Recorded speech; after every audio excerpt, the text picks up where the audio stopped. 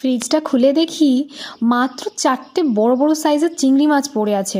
4টে চিংড়ি মাছ কার পাতে কী দেবো, তাই জন্য চট করে আলুগুলোকে এইভাবে কেটে নিয়ে আলুটা ভালো করে ভেজে নিলাম।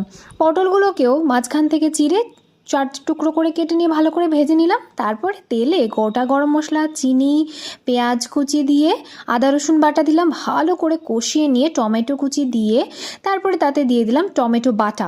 তারপর সাধারণ যে মশলাগুলো, হলুদ গুঁড়ো, লঙ্কা গুঁড়ো, জিরে গুঁড়ো, ধনে গুঁড়ো, গরম মশলা গুঁড়ো, আর দিলাম লাল লঙ্কা গুঁড়ো, মানে ওই কাশ্মীরি লাল লঙ্কা গুঁড়ো। সামান্য একটু জল দিয়ে পুরো কষিয়ে নিয়ে ওই যে চিংড়ি মাছ 4টে ছিল না, তাকে ভালো করে বেটে নিয়েছি।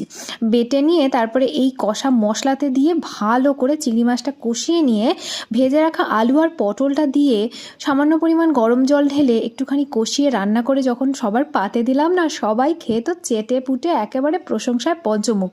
কিন্তু কি দিতে ভুলে গেলাম বলো তো?